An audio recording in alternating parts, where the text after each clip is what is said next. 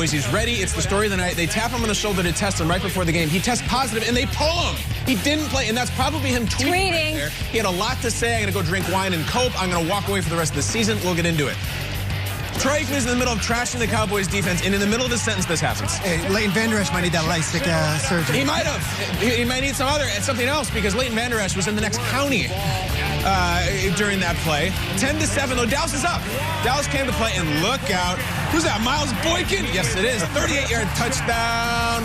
All right, and the Ravens do the thing where they dim the lights, and I always think something weird is going on, but that's what they do. Now, missed opportunities. You want to hear something weird going on?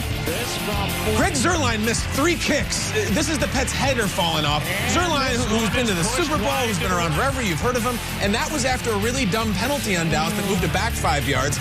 And as Buck pointed out, some of the coaches this year are grateful for the mask because you can't read their lips. Nothing good to read here. But this is the end of the first half. Watch Dalton sling this thing. Come on, Andy. It is a laser 65 yards, and you drafted CeeDee Lamb to go up.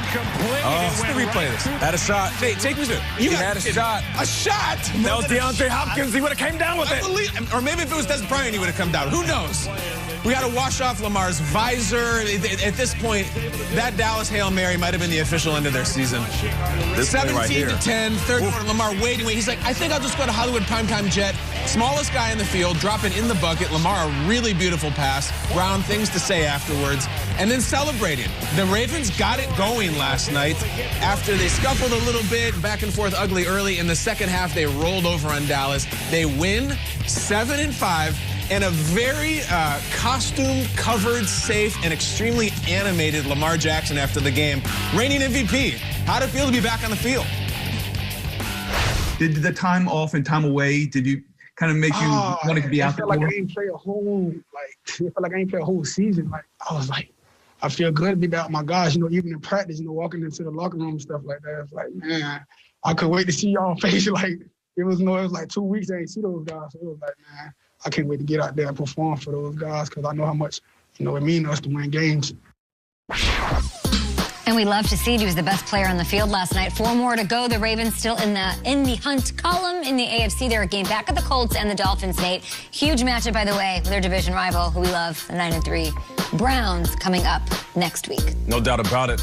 It was good to see them back on the field. You could see that Lamar Jackson was excited to be back. He missed the game. He missed his boys. He missed being out there. Did they play a perfect game? No. Was it enough? It was efficient. And what I love about it, it wasn't Lamar Jackson throwing the ball 45 times.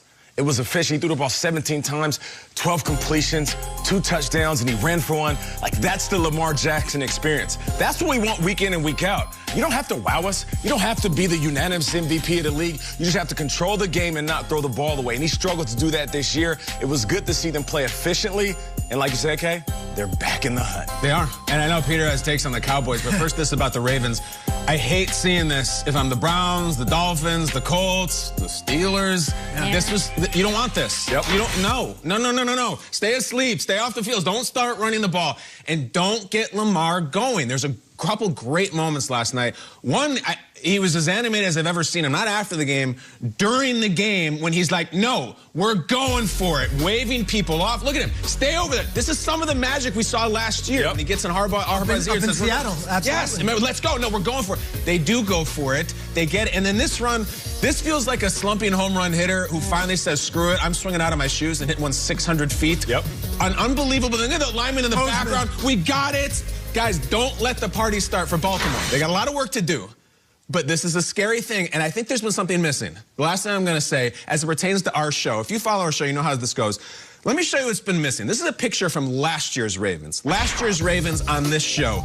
All right, that's 3 different Baltimore Ravens who won the Angry Runs crown. That's Ingram. That's Project Pat Ricard, who's back in the field last night. That's Hayden Hurst, who's not even on the team anymore. They have not had a single submission this year all fall long. Never mind a winner. Okay. They haven't had a damn finalist. Not one, I see where you're going. One. See where you're going. It's ridiculous. That's not what the Ravens are all about. We used to run into Chad Steele, their PR guy, and he would come up to us and be like, all the guys in the locker room are fighting over the angry crown. Never mind the segment or the crown or anything. That was the mentality of the team. Yeah. And that was back last night. I don't like that if I'm the AFC. No, and especially if you're a team that doesn't want to defend the run because they ran all over the Cowboys. Gus? 200-plus yards rushing. Lamar had the 55-yard run, but, like, Gus Edwards was great. J.K. Dobbins, I know he's wearing Ray Rice's old jersey. Like, every time I see it, I'm like, he looks like Ray Rice out there. He's just a scat back. I think he had 10 yards of carry last night. He was fantastic. And yet, I have to say, pump the brakes a little bit because the Cowboys are the worst team in football. Yeah, okay. I mean, last night was atrocious. They're 32? That was the Jets are beating the Cowboys. Okay.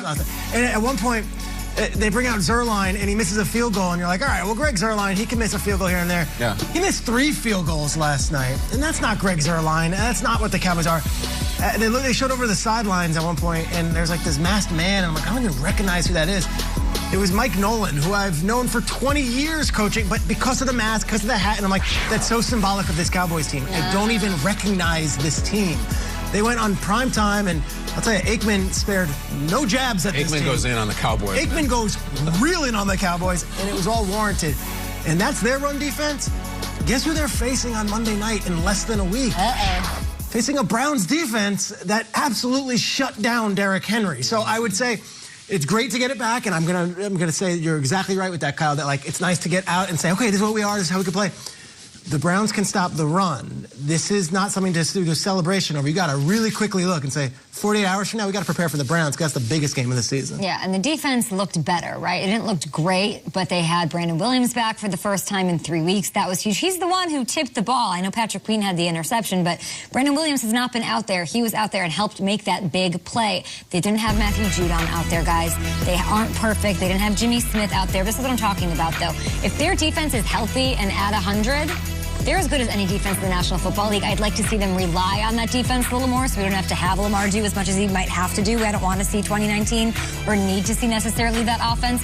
This defense needs to get back to form, and I think having Brandon Williams back is huge. Calais, all of that. And Calais, told Jay Glazer yesterday on the Fox pregame show that he's only operating at 85%. If they get close to 100, I have a lot of confidence with a favorable schedule coming up.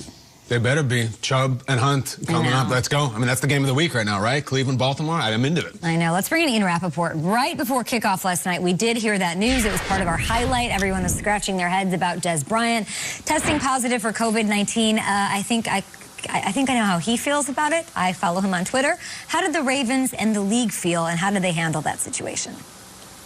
Yeah, Dez Bryant's Twitter feed became must-read Twittering, or whatever you would say, and just a full, all the emotions for Dez Bryant last night, threatening to quit, saying he couldn't deal with it, and then saying basically like everyone else in 2020, I'm just going to drink some wine and cope, and then later saying, yeah, I'm going to come back, I'm just being smart of it. It was a ride for Dez Bryant, understandably. Okay, here is how it broke down. Here is how this happened. So Dez Bryant, his PCR test run yesterday morning was inconclusive.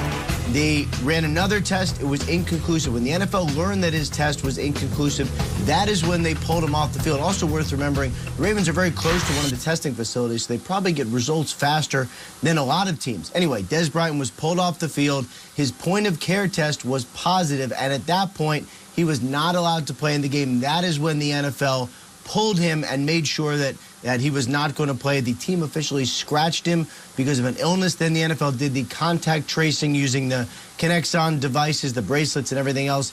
Deemed there were no other high-risk close contacts for Dez Bryant. That means everyone else could play and Dez could not, and the game went on.